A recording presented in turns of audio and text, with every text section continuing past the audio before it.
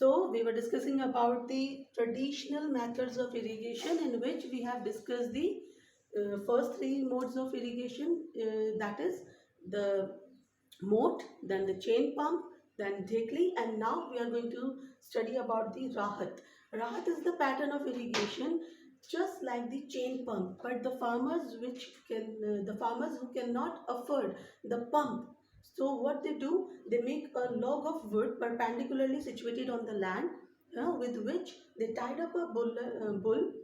As the bull rotates, as the bull moves in the circle, the cartwheel on the tube well, it also moves, and in the same pattern as it is done in the chain pump, the buckets on the cartwheel, they filled up with the water, and then from the principal channel to the auxiliary channels, and then the water is drawn to the different parts of the field. So this is what the farmers do, the process of irrigation, uh, through the traditional methods of irrigation. Now we will discuss the modern methods of irrigation. Basically there are two modern methods. So the principal technique is same, as the traditional method of irrigation. Same, the principal technique is same for the modern methods, but the methods are somewhat more improvised now. So modern methods of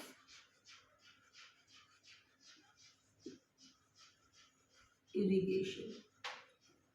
So in this method of irrigation, the first one is the sprinkler method. Here also we have a principal pipe, principal mode of principal channel to supply the water. We have a principal pipeline through which the water is taken from the principal source of the water, from where the water is drawn into the auxiliary pipes, which are situated on the field in a perpendicular pattern. So like we can say that here we have the principal source of water. From here the main pipe takes the water, okay, and then it gives the water to the auxiliary pipes, which are situated perpendicularly on the field, and from these the water is drawn like this, and in at each auxiliary pipe which is situated on the field, the sprinklers are based on the top of the pipes, and with the help of these sprinklers the water is sprinkled in on the to the field. And it is something like that the farmers are organizing the artificial rain, on their fields. So it is like the sprinkling of water on the field. So this is why it is called as the sprinkler method of irrigation. Now the second method is drip system. It is also the same. The major, first we have the main source of water, from where the principal pipe is taking up the water from the major source of the water.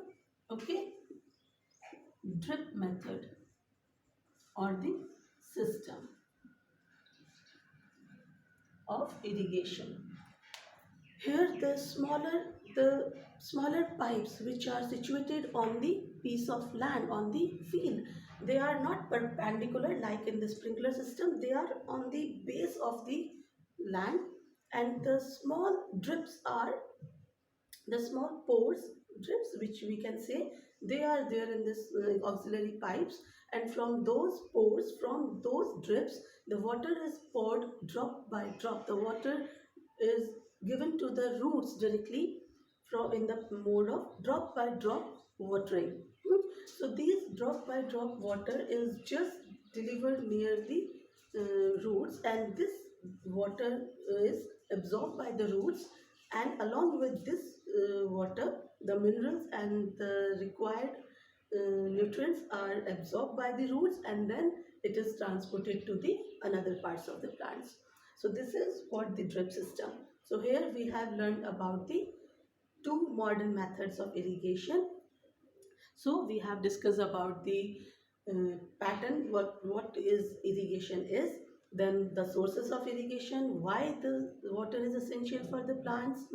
Then we discuss about the traditional methods of the irrigation. Then we learn about the modern methods of the irrigation. Now it comes the next point, which is protection from weeds. Next is, which you can say, the fifth step in the crop cultivation, that is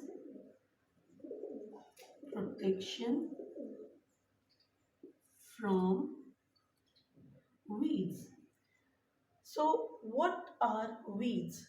Weeds are the undesirable plants, unwanted plants which grow themselves on the piece of land where we are cultivating the crop, and they start getting the nutrients from the soil as well as the nutrients and the fertilizers which the farmers are manuring and fertilizing for their good yielding, for their healthy crops.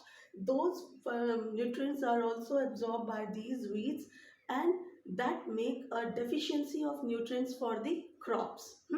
So what happens, the weeds started growing along with the crops, and they start the competence, they start to compete with the crops in order to absorb the minerals, absorb the water, absorb the nutrients from the soil, and they also take the land, the space which is for the crops. They acquire the space also, they take the minerals from the soil and everything, so they start creating the deficiency of all these things for the crops, which is not good for the cultivation for process, so that is why the weeds are very much important to be removed from the field, so the plants, the crop can only get all the minerals and the required nutrients as well as the water supply and the light and everything which is required for the good and the healthy cultivation.